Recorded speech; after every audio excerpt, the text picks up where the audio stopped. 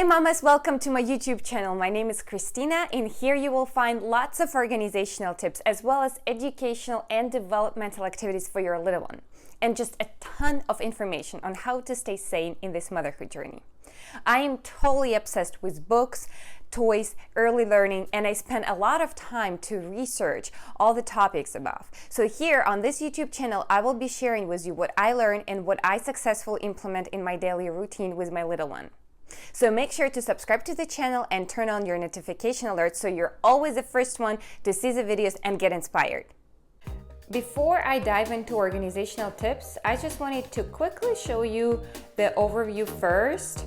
This used to be my office, but I found this room to be perfect for a little playroom. It's always well lit, sun is always on this side, so it's really great to be here. You always have a great mood in here, and she's always smiling when she enters it. So I decided to make it a playroom, and plus she's 6 months. She doesn't need a lot of space right now, but this room gives us enough space to organize her learning and make it as easy as possible for both of us.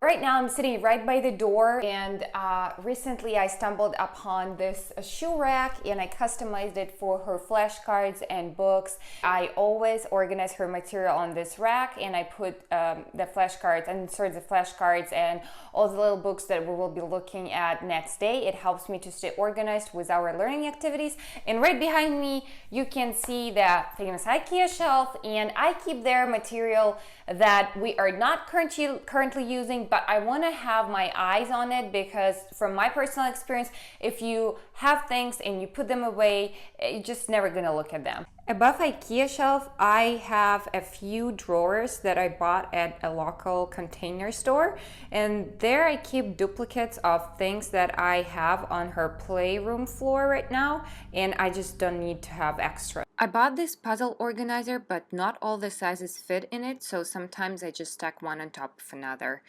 And this white folder is a very crucial item in terms of preparation for our everyday classes and learning activities. Here is another toy organizer that is very useful, and I will have the link below for you guys if you decide to look at it closely or purchase yourself. This is the materials that I do, that I make personally. If you're interested in do-it-yourself home toys videos, please let me know and I will be happy to tell you how I do them. These are some plush books. This is a separate thing for balls, all sorts of balls.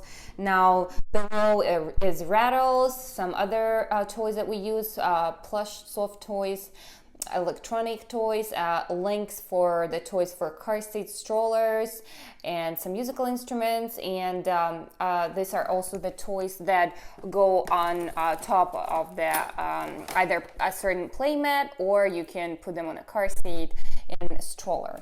This is the same, but just soft.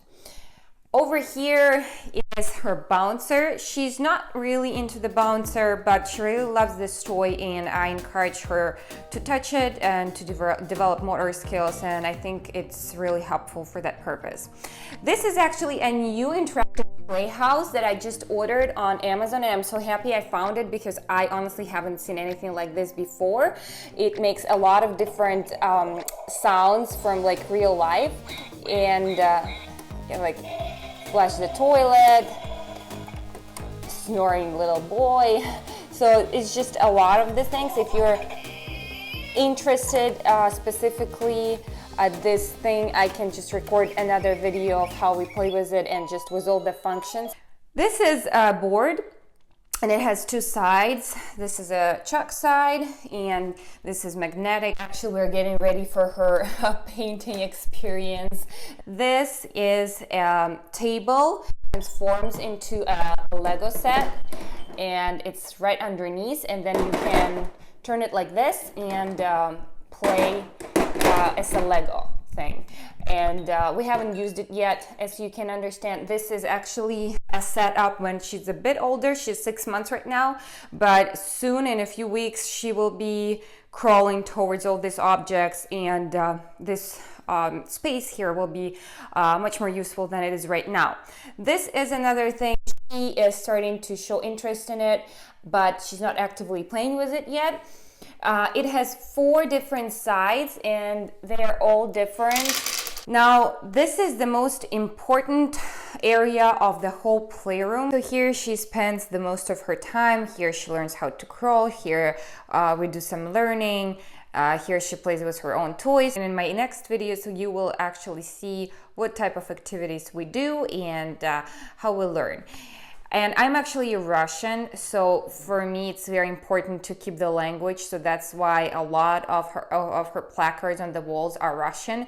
But at the same time, her dad is American, and I try to keep 2 languages and get her exposed to 2 languages as early as possible. And so bilingual subject is going to be important on my channel here, and I will be giving tips on how to introduce 2 languages at the same time. Here you can see a little bookshelf, and this is another shelf from Ikea, and it's very helpful. I categorize stuff in here as well. So here are some English books, some of the English flashcards that I keep in here in Russian as well, some toys, some small Russian books, other toys, and some sorters here, some beads, so everything is categorized and it's very handy. And here is a very important part of all our games is a fitness ball. We started using it when she was just, I think, 2 months or even 1.5 months old. And we were doing different activities to strengthen her core. And I think it really helped us because she started turning over when she was like 2.5 months.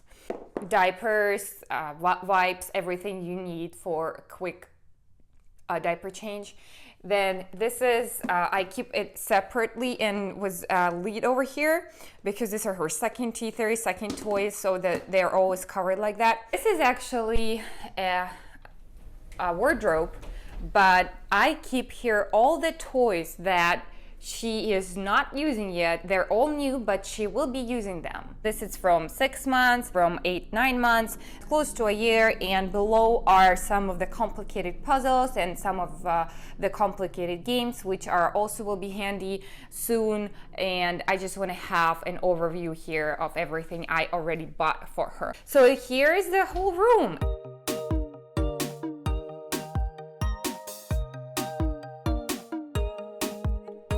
How did you organize your baby's rooms and what have you found the most helpful in its setup? Let's discuss it in the comments below. I hope you found this video helpful, and if so, like it and share with your mom friends. If you haven't seen my latest videos on how I organize my pumping and diaper bags, you're encouraged to do that, and I will leave the links below. Thanks for watching this video and stay tuned for more.